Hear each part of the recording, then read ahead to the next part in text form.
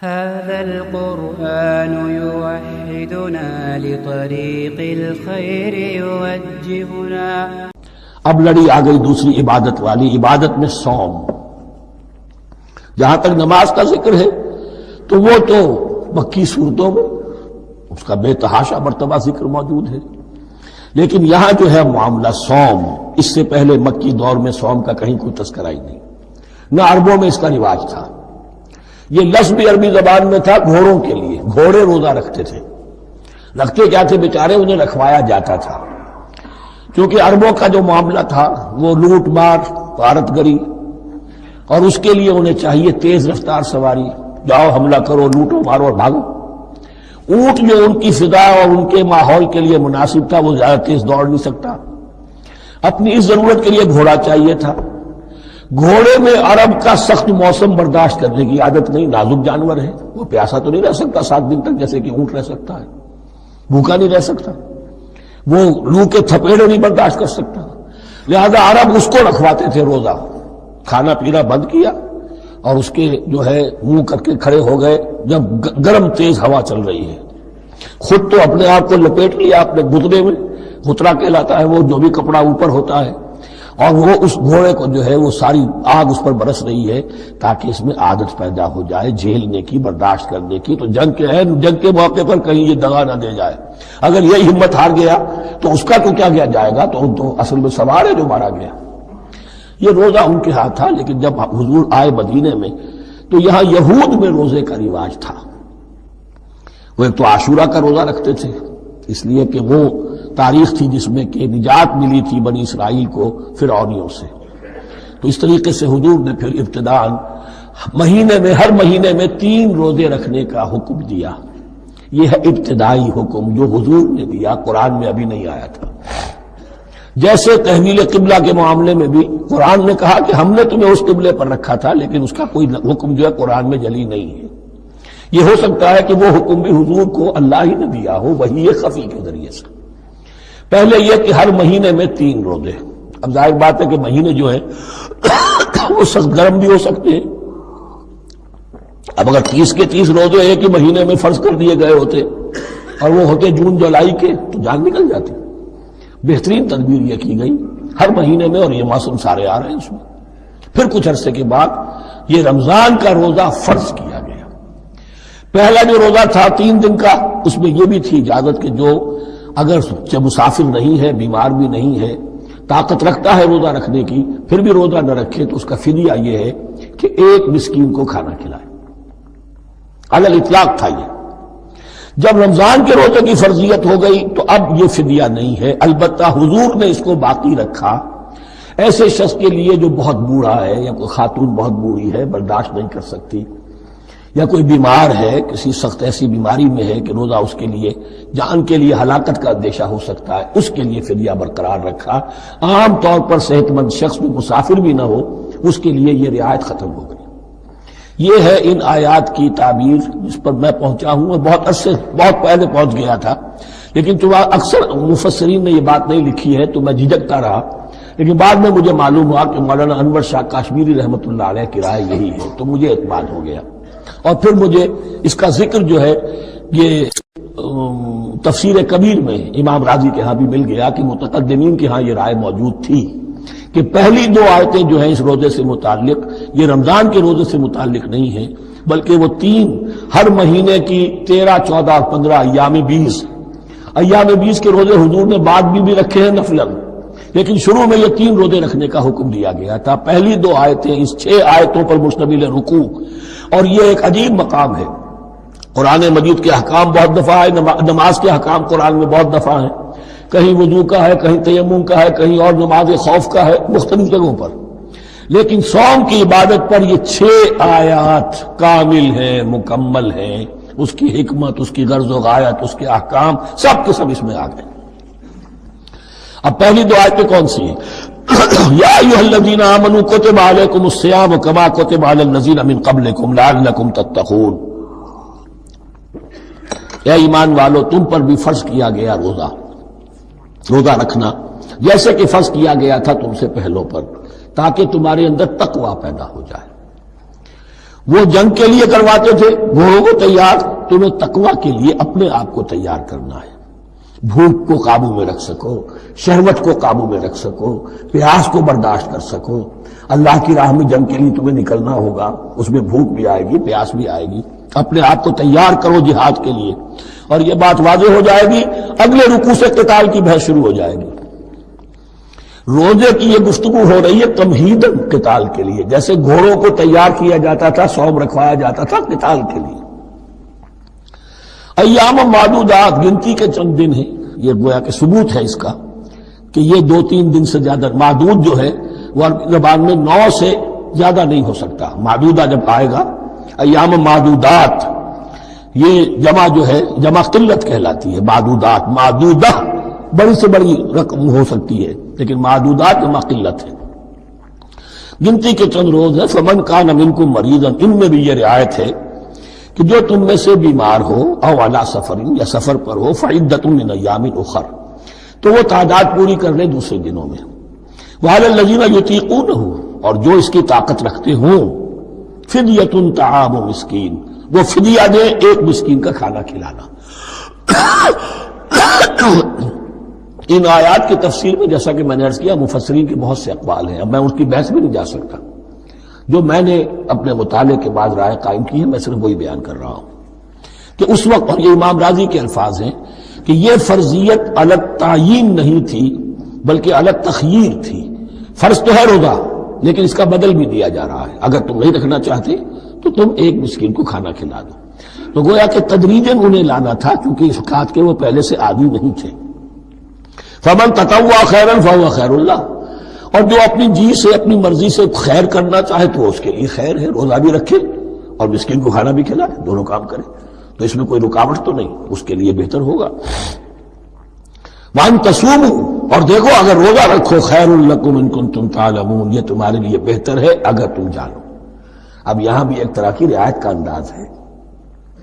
یہ 2 آیتیں ہیں میرے نزدیک وہ پہلا حکم جو دیا گیا، اور جو تھا اصل میں جس کے تحت کہ حضور صلی اللہ علیہ وسلم نے، میں شاید مغالطے میں یہ کہہ بیٹھا ہوں کہ قرآن مجید میں نہیں آیا، حضور نے خود کیا ہے۔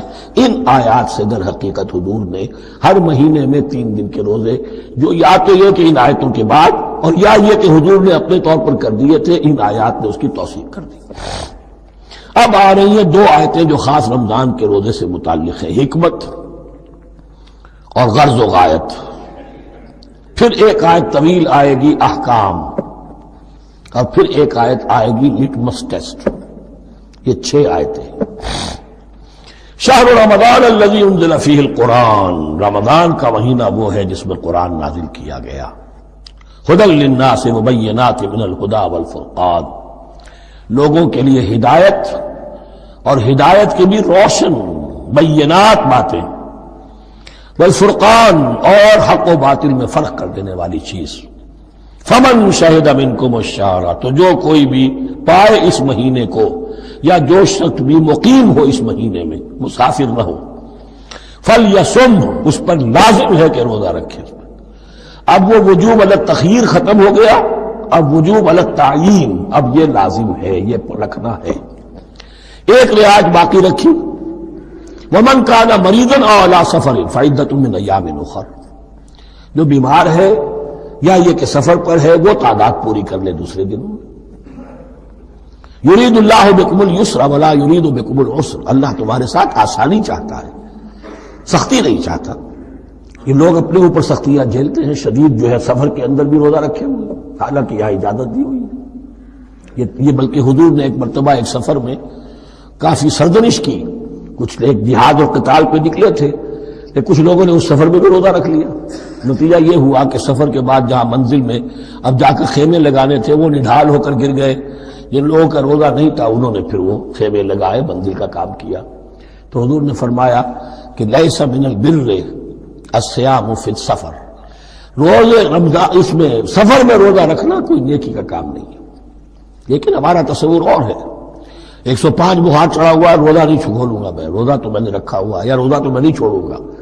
حالانکہ جہاں رعایت اللہ کی ہے، اس رعایت سے فائدہ نہ اٹھانا ایک طرح کا کفران نعمت ہے۔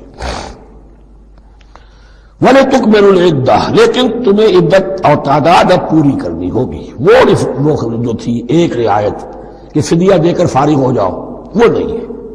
وَلِتُكَبِّرُوا اللَّهَ عَلَىٰ مَا هَدَاكُمْ، اور تاکہ تم تکبیر کرو اللہ کی اس پر کہ جو اس نے ہدایت تمہیں عطا فرمائی۔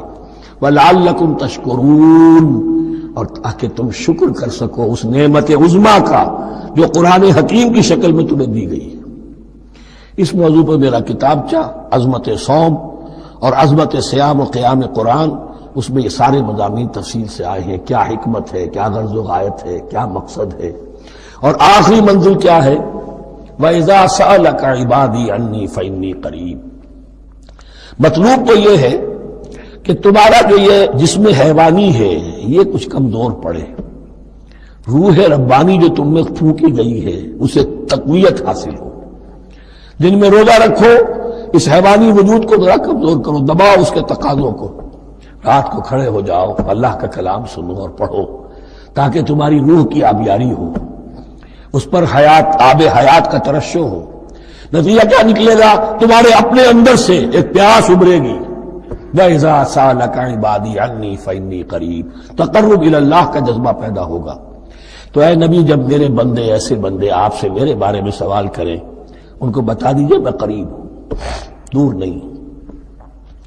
یہ حقوق انسانی کا میرے نزدیک دنیا میں سب سے بڑا میگنا کارٹا ہے۔ اللہ اور بندے کے درمیان کوئی فصل نہیں ہے، فصل اگر ہے تو تمہاری اپنی خباثت ہے،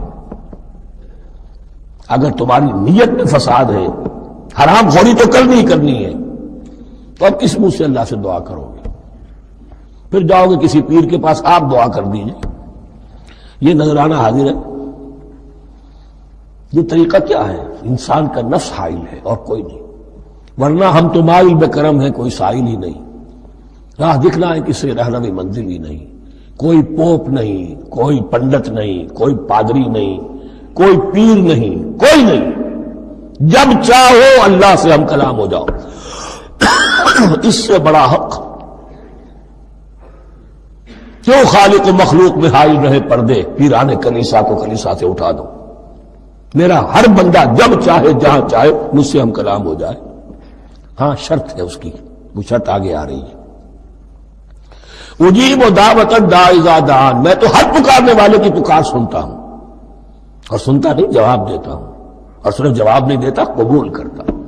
اجابت میں یہ تینوں چیزیں موجود ہیں، اور اذا دعان، جہاں مجھے پکارے جب پکارے، دیر اینڈ دین میں موجود ہوں۔ لیکن شرط کیا ہے؟ فَلْيَسْتَجِيبُوا لِي، انہیں بھی تو میرا کہنا ماننا چاہیے، یہ یک طرفہ بات نہیں ہوگی۔ فَاذْكُرُونِي أَذْكُرْكُمْ، تم مجھے یاد رکھو گے تو میں تمہیں یاد رکھوں گا، یہ دو طرفہ معاملہ ہے۔ تم شکر کرو گے میں تمہاری قدردانی کروں گا، تم میری طرف چل کر آؤ گے میں بھاگ کر آؤں گا، تم بارش برآؤ گے میں ہاتھ بڑھاؤں گا، لیکن تم رخ موڑ لو گے ہم بھی رخ موڑ لیں گے۔ ہماری تو غرض نہیں ہے، غرض ہے تو تمہاری، تم رجوع کرو گے ہم بھی رجوع کر لیں گے، تم توبہ کرو گے ہم اپنی نظر کرم پھر تمہاری طرف متوجہ کر دیں گے۔ لیکن ہر چیز ان تنصروا اللہ ینصرکم، اللہ کی مدد کرو گے تو اللہ تمہاری مدد کرے گا۔ تمہاری دوستیاں ہو، پینگے بڑھا رہے ہو اللہ کے دشمنوں کے ساتھ، ساز باز ہو اللہ کے دشمنوں کے ساتھ، اور کھڑے ہو جاؤ قنوت نازلہ میں اللہ سے مدد مانگنے کے لیے، تم سے بڑا بے وقوف کون ہوگا؟ پہلے اللہ کی طرف رخ تو کرو، اللہ سے اپنا معاملہ درست کرو۔ ہاں اس میں کوئی یہ شرط نہیں ہے کہ پہلے ولی کامل اس وقت توبہ کرو خلوص نیت سے تو سارے پردے ہٹ جائیں گے، لیکن خلوص نیت کے ساتھ توبہ۔ وَإِذَا سَأَلَكَ عِبَادِي عَنِّي فَإِنِّي قَرِيبٌ أُجِيبُ دَعْوَةَ الدَّاعِ إِذَا دَعَانِ فَلْيَسْتَجِيبُوا لِي وَلْيُؤْمِنُوا بِي لَعَلَّهُمْ يَرْشُدُونَ أُحِلَّ لَكُمْ لَيْلَةَ الصِّيَامِ إِذْ تَفَضُّلُوا إِلَىٰ نِسَائِكُمْ۔ اب یہ ہے احکام کی آیت، بڑی طویل ہے، کیونکہ یہود کے ہاں شریعت میں روزہ جو ہے شروع ہو جاتا تھا شام کو ہی، اور رات بھی روزے میں شامل تھی، تو تعلق زن و شو بھی نہیں ہو سکتا، اور کوئی سحری وحری کا تصور نہیں تھا، جیسے ہی سوئے رات شروع روزہ شروع، اب اگلے دن تک غروب آفتاب تک روزہ رہے گا۔ ہمارے ہاں روزے میں نرمی کی گئی ہے، ایک تو یہ کہ رات کو اس سے خارج کر دیا، روزہ دن کا ہے، اور رات کے وقت تعلق زن و شو بھی ہے، کھانا پینا بھی ہے، جو پابندیاں روزے کی ہیں وہ سب اٹھ گئی۔ لیکن ہو یہ رہا تھا کہ لوگ سمجھ رہے تھے کہ شاید وہی جو احکام ہیں یہود کے ہاں شاید وہی ہمارے ہاں بھی ہیں، اس لیے وہ ایسا بھی ہوتا تھا اپنے جذبات میں بیویوں سے مقاربت کرتے تھے، لیکن دل میں سمجھتے تھے کہ ہم نے غلط کام کیا ہے۔ یہاں اب ان کو اطمینان دلایا جا رہا کہ نہیں، احل لکم لیلۃ الصیام الرفث الی نسائکم، حلال کر دیا گیا ہے تمہارے لیے روزے کی راتوں میں اپنی بیویوں کے پاس جانا۔ ہن لباس لکم وانتم لباس لہن، وہ پوشاک ہے تمہارے لیے، تم پوشاک ہو ان کے لیے۔ بڑا بلیغ کنایا ہے یہ، جیسے لباس میں اور جسم میں کوئی پردہ نہیں ہے، لباس ہی تو پردہ ہے نا، لباس میں اور جسم میں تو کوئی پردہ نہیں، ایسے ہی بیوی میں اور شوہر میں کوئی پردہ نہیں۔ ہن لباس لکم وانتم لباس لہن۔ ویسے بھی انسان کے اخلاق کی حفاظت کرنے والی، مرد کے اخلاق کی حفاظت کرنے والی بیوی ہے، بیوی کے اخلاق کی حفاظت کرنے والا مرد ہے۔ وہ مجھے اقبال کا شعر یاد آ رہا تھا، تعلیم نئی ہو کہ پرانی، نسوانیت زن کا نگہباں ہے فقط مرد، نہ پردہ نہ تعلیم نئی ہو کہ پرانی، نسوانیت زن کا نگہباں ہے فقط مرد۔ بہرحال ایک دونوں کے لیے وہ ایک ضرورت بھی ہے، ان کی پردہ پوشی بھی کرتے ہیں ایک دوسرے کی، اور اس طریقے سے لباس کی جو ہے اس میں کنایا کیا گیا۔ علم اللہ انکم کنتم تختانون انفسکم، اللہ کے علم میں ہے کہ تم اپنے آپ کے ساتھ خیانت کر رہے تھے، ایک کام کر رہے تھے جو گناہ نہیں ہے لیکن تم سمجھتے تھے گناہ ہے، تو اپنے آپ سے خیانت ہو گئی کہ نہیں؟ اصلاً وہ گناہ نہیں تھا لیکن تمہارے علم میں نہیں تھا، لیکن تم یہ سمجھتے ہوئے بھی کہ یہ ممنوع ہے اس کا ارتکاب کر رہے تھے۔ علم اللہ انکم کنتم تختانون انفسکم فتاب علیکم، تو اللہ نے تم پر نظر رحمت فرمائی، وعفا عنکم، اور بخش دیا، معاف کر دیا، جو بھی خطائیں ہو گئی ہیں وہ سب کی سب معاف سمجھو۔ فلا باشروہن، اب ان کے ساتھ جو بھی تعلق ضرور شے ہے وہ قائم کرو، وابتغوا ما کتب اللہ لکم، اور تلاش کرو، حاصل کرو جو کچھ اللہ نے تمہارے لیے لکھ دیا ہے۔ کیا لکھ دیا؟ ایک تو اولاد، تعلق ضرور شو میں، اور ایک سکون ہے کہ جو اللہ تعالیٰ نے اس میں رکھا ہے، تسکنوا الیہا، قرآن مجید میں یہ الفاظ آئے، ایک تسکین ہے، سکون ہے، اعصاب کا تناؤ جو ہے وہ اس کے بعد جو ہے اس کے اندر ایک سکون کی کیفیت پیدا ہو جاتی ہے۔ اور یہی اس میں حکمت ہے کہ حضور اپنے ہر سفر میں ہم ایک زوجہ محترمہ کو ضرور ساتھ رکھتے تھے، اس لیے کہ قائد کو، سپہ سالار کو کسی وقت بڑی ایسی یعنی پریشان کو صورتحال میں فیصلے کرنے پڑتے ہیں، جذبات پر دباؤ ہوتا ہے اور اعصاب پر دباؤ ہوتا ہے، تو ساتھ اگر کوئی اہلیہ بھی موجود ہو تو اس میں، اور اس کے بہترین مواقع سیرت میں آئے ہیں، وہ پھر کسی وقت میں بیان کروں گا۔ وابتغوا ما كتب الله لكم وكلوا واشربوا حتى يتبين لكم الخيط الابيض من الخيط الاسود من الفجر، اور کھاؤ اور پیو یہاں تک کہ واضح ہو جائے تمہارے لیے سفید دھاری فجر کی سیاہ دھاری سے، یعنی پاؤ پھٹنے کے لیے استعارہ ہے کہ جب سفیدہ نمایاں ہوتا ہے ایک لکیر کی طرح، پاؤ پھٹ گئی، اس وقت تک کھانے پینے کی چھوٹ ہے، سحری جو ہے آپ کر سکتے ہیں، بلکہ کلو واشربو، کھاؤ اور پیو، اور اس کی حدیث میں تاکید آئی ہے، اور یہ بھی فرمایا ہمارے اور یہود کے روزے کے مابین سحری جو ہے وہ فرق ہے، تسحروا فإن فی السحور برکہ، سحری ضرور کیا کرو اس لیے کہ سحری میں برکت ہے۔ ثم اتموا الصیام الی اللیل، پھر رات تک روزے کو پورا کرو۔ اب رات تک میں اکثر فقہا کے نزدیک غروب آفتاب مراد ہے، اہل تشیع اس سے ذرا آگے جاتے ہیں کہ رات کا لفظ آیا ہے تو ذرا اور غروب آفتاب پر چند منٹ گزر جائے، لیکن ہمارے اہل سنت کے ہاں غروب آفتاب جو ہے وہی گویا کہ یہ اس کی غایت ہے۔ وَلَا تُبَاشِرُوهُنَّ وَأَنْتُمْ عَاكِفُونَ فِي الْمَسَاجِدِ، لیکن یہ رعایت جو تمہیں دی جا رہی ہے اس میں ایک استثناء ہے، جب تم معتکف ہو مسجدوں میں تو پھر اپنی بیویوں سے کوئی تعلق قائم نہ کرو۔ وَلَا تُبَاشِرُوهُنَّ، مت ان سے مباشرت کرو، وَأَنْتُمْ عَاكِفُونَ فِي الْمَسَاجِدِ، جبکہ تم مسجدوں میں اعتکاف میں ہو، آخری عشرے میں جو اعتکاف ہوتا ہے۔ تِلْكَ حُدُودُ اللَّهِ فَلَا تَقْرَبُوهَا، یہ اللہ کی حدود ہے، ان کے قریب مت جاؤ۔ بعض جگہ پر آتا ہے فلا تعتدوها، ان حدود کو عبور نہ کرو، ان سے تجاوز نہ کرو. تو حرام تو یہی شے ہوگی کہ حدود سے تجاوز کیا جائے، لیکن احتیاط اس میں ہے to keep at a safe distance, ذرا دور رہو. آخری حد تک چلے جاؤ گے تو اندیشہ ہے کہ کہیں اس حد کو کراس نہ کر جاؤ. فلا تقربوها، اللہ کے حدود سے ذرا ایک سیف ڈسٹینس کے اوپر رہنا ضروری ہے. کذالک یبین اللہ آیاتہ للناس، اسی طرح اللہ تعالیٰ واضح کرتا ہے اپنی نشانیاں لوگوں کے لیے، لعلہم یتقون، تاکہ وہ تقوی کی روش اختیار کر سکیں، بچ سکیں. اب وہ لٹمس ٹیسٹ والی آیت آ گئی. تقوی کا ٹیسٹ کیا ہے؟ روزہ اس لیے فرض کیا کہ تقوی پیدا ہو جائے، یہ سارے احکام تمہیں دیے جا رہے ہیں تاکہ تمہیں تقوی پیدا ہو جائے. ٹیسٹ کیا ہے؟ تقوی کا لٹمس ٹیسٹ عقل حلال. یہ نہیں ہے کوئی نیکی نہیں. وَلَا تَأْكُلُوا أَمْوَالَكُمْ بَيْنَكُمْ بِالْبَاطِلِ، اپنے مال آپس میں باطل طریقوں سے ہڑپ نہ کرو. وَتُدْلُوا بِهَا إِلَى الْحُكَّامِ، اور اپنے مال کو ذریعہ نہ بناؤ حکام تک پہنچنے کا. لِتَأْكُلُوا فَرِيقًا مِنْ أَمْوَالِ النَّاسِ بِالْإِثْمِ، تاکہ تم لوگوں کے مال کو ہڑپ کر سکو گناہ کے ساتھ. وَأَنْتُمْ تَعْلَمُونَ، اور تم اس کو جانتے بوجھتے کر رہے ہو. جو شخص اس معیار سے تو اس سے باز آ گیا وہ ہے متقی. یہ لسٹ میں ٹیسٹ ہے. ورنہ نمازوں کی تعداد، روزوں کی تعداد اور حرام کھانا تو تقویٰ نہیں.